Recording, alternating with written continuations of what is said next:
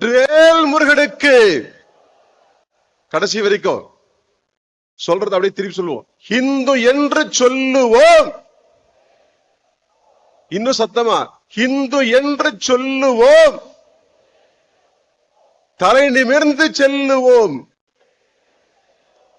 மேடையிலும் எனக்கு முன்பாகவும் தொலைக்காட்சி மூலமாக மொபைல்ல யூடியூப் மூலமாக பார்த்து கொண்டிருக்கக்கூடிய அத்தனை பேருடைய பாதங்களுக்கு என்னுடைய பணிவான வணக்கங்கள். லட்சக்கணக்கில் கோடிக்கணக்கில் உலகம் முழுக்க இந்த நிகழ்ச்சியை பார்த்து கொண்டிருந்து ஆனந்தமாக இருந்தாலும் கூட இந்த நிகழ்ச்சியை 4 கண்கள் பார்த்து கொண்டிருக்கிறது ஆனந்தமாக.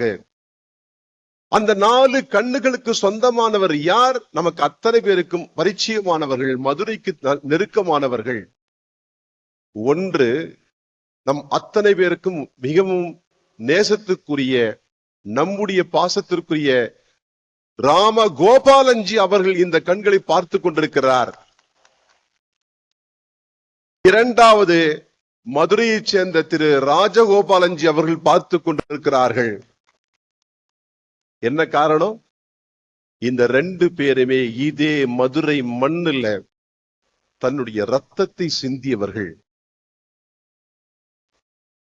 இந்த வேலை ஆரம்பிக்கும் பொழுது ஒருத்தர் 2 பேர் 4 பேர் 5 பேரை பார்த்து மிக உற்சாகமாக நம்பிக்கையோடு தமிழகத்தில் மாற்றம் வர வேண்டும் என்பதற்காக வேலை செய்தவர்கள். இன்றைக்கு இப்படிப்பட்ட ஒரு மக்கள் கடலை பார்க்கும் பொழுது அவர்கள் நம்மோடு இருந்து கொண்டு அந்த 4 கண்கள் நம்மை ஆனந்தமாக பார்த்து கொண்டு நம்மை ஆசீர்வதித்துக் கொண்டிருக்கிறது. இந்த மதுரையில இந்த மாநாடு பத்தி கேட்ட உடனேயே, மதுரையில எதுக்கு மாநாடு? உலகத்துல இருக்கிற மற்ற மதங்கள்ல கடவுளே பார்த்ததில்லை, கடவுளுடைய தூதர்னு அவனே சொன்னவன் தான். ஆனா இந்த மதுரை மண்ணு கடவுள் பிறந்தது மட்டுமல்ல, கடவுள் பிறந்த மண் இந்த கடவுள் விளையாடிய மண் இந்த மண், கடவுளுக்கு திருமணம் நடந்த ஊர் இந்த மண், கடவுளை ஆட்சி செய்து மீனாட்சி இருக்கிற மண் இந்த மண்ணு. இந்த மதுரையில மாநாடு நடத்தாம வேற எங்கடா நடத்துறது? ஆகவே தான் மதுரையில மாநாடு. அடுத்த கேள்வி கேட்டாங்க, இது சங்கிகள் மாநாடு, சங்கி மாநாடு, சொங்கி மாநாட்டா இது? இது சங்கி மாநாடு தான். எப்படி? தமிழுக்கு சங்கம் வைத்து தலைவனாக இருந்தவன் முருகப்பெருமான், முதல் சங்கி அவன்தான்.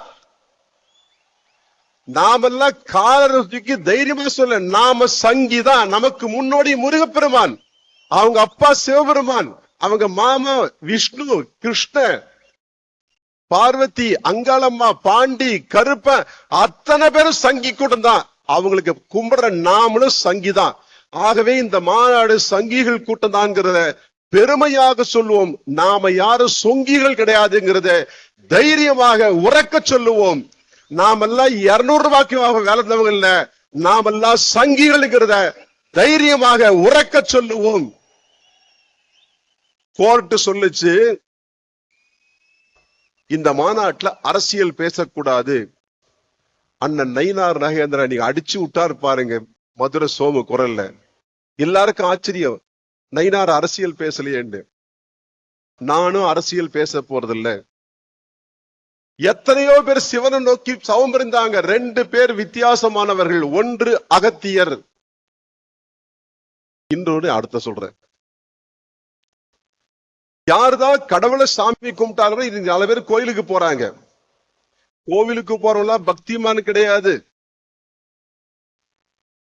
எல்லாருக்கும் முருகனை தெரியும், திருச்செந்தூர் தெரியும், சூரசம்மார் தெரியும். நான் கூட இந்த நிகழ்ச்சிக்காக வேலை செய்யும் பொழுது பல பேரை கேட்டேன், சூரசம்மார தெரியும், முருகன் ஏன் சூரனை கொண்டான்னு தெரியுமான்னு கேட்டேன். எல்லாம் என்ன வித்தியாசமா பார்த்தாங்க. ஏன் இந்த மாதிரி வித்தியாசமாவே கேள்வி கேட்கிறீங்கன்னு. சிவனை நோக்கி 2 பேர், நிறைய பேர் பண்ணா 2 பேர் சொல்றேன். ஒன்று அகத்தியர், இன்னொன்னு சூரபத்மன். 2 பேரும் சிவபெருமானுக்காக நோக்கி தவம் பண்ணாங்க, வரம் வாங்கினாங்க, விதவிதமான வரம் வாங்கினாங்க. ஆனால் அகத்தியன் கடவுள் சொல் பேச்சுக்கிட்டு தமிழ்நாட்டுக்கு வந்தான், தமிழை வளர்த்தான். அன்னைக்கு ஆரம்பிச்சவங்க இங்க இருக்கிற எல்லா பேனர்லயும் சில பேர் தான் போட்டிருக்கு. 60க்கும் மேற்பட்ட முருக பக்தர்களை உருவாக்கினான். தமிழை வளர்த்தவன் அகத்தியன். இவரெல்லாம் கிடையாது. கண்ட ஆள்லாம் நீங்க சொல்லிட்டு இருக்காங்க. இங்கே கன்றாங்கல்ல, நீங்க பார்க்கல, இவங்க தான் தமிழை வளர்த்தவர்கள்.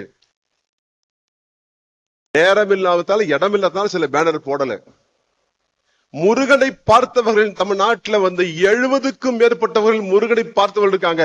அகத்தியர் முதல் கிருபானந்த வாரியார் வரை இந்த மண் தமிழகத்துல பாத்தீங்கன்னு சொன்னா முருகனை பார்த்தவர்கள் இருக்காங்க.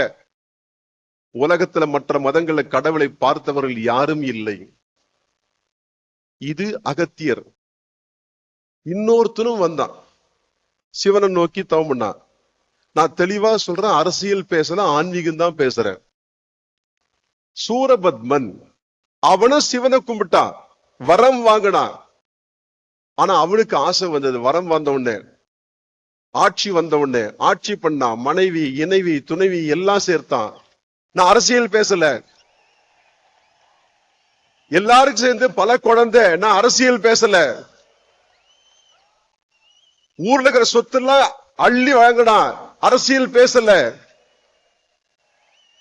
மக்களை கொடுமைப்படுத்தினான், ஆனா அரசியல் பேசல. கோர்ட் சொல்லுது. மக்கள் கஷ்டப்பட்டாங்க, மக்கள் திரண்டார்கள், தேவர்கள்கிட்ட கடவுள்கிட்ட முறையிட்டார்கள். முருகப்பெருமான் வந்தார், தர்மம் வென்றது.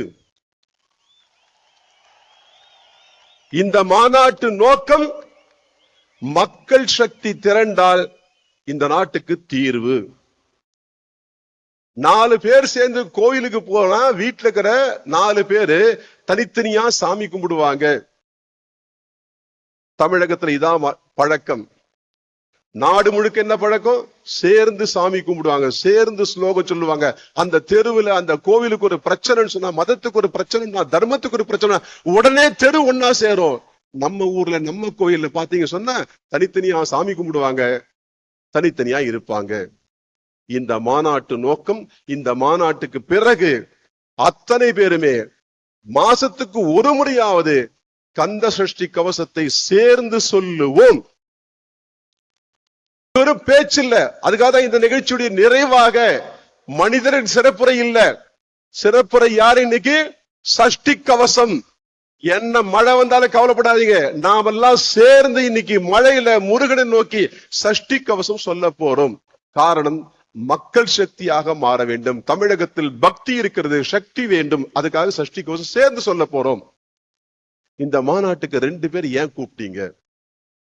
முருகன் மாநாட்டுக்கு பவன் கல்யாண்ஜி எதுக்கு கூப்பிடுறீங்க? முருகன் மாநாட்டுக்கு ஏன் நீங்க யோகி ஆதித்யநாத் கூப்பிடுறீங்க? காரணம் இருக்கு.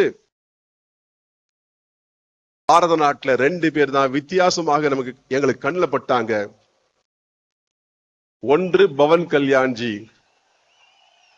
ஒட்டுமொத்த மேடையில எவனாவது இந்த பூமியில இந்த மண்ணுல ராமரை பத்தி, பெருமாளை பத்தி, கடவுளை பத்தி பேசுனா அப்படின்னு சொல்லிட்டு மேடையிலேயே அவர் செருப்படுத்து காமிச்சு, நான் பேச மாட்டேன் இது பேசும் சொன்னவர் பவன் கல்யாண்.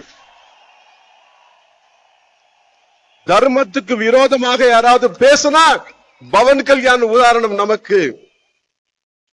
அடுத்து ஒருத்தர் வர முடியாது, தவிர்க்க முடியாத காரணத்தினால சொன்னார். நமக்கு எல்லாம் தெரியும், யோகிஜி. அவர் எப்படி? இவராவது கை காமிச்சார். அவர் பேசுறதே கிடையாது. பேசுறதெல்லாம் தேசிய சின்னமாக ஜேசிபி தான் போலாம்.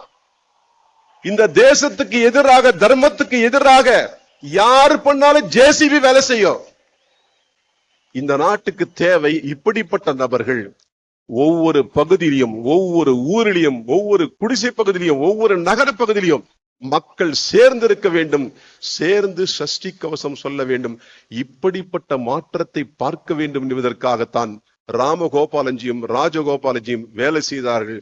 இந்த மாநாடு சிறப்புற செய்வதற்காக நூற்றுக்கணக்கான பல ஊழியர்கள் கடந்த 2-3 மாதங்களாக வேலை செய்தார்கள். அத்தனை பேருக்கும் என்னுடைய பணிவான வணக்கங்களையும் வாழ்த்துக்களையும் கூறி விடைபெறுகிறேன். நன்றி, வணக்கம்.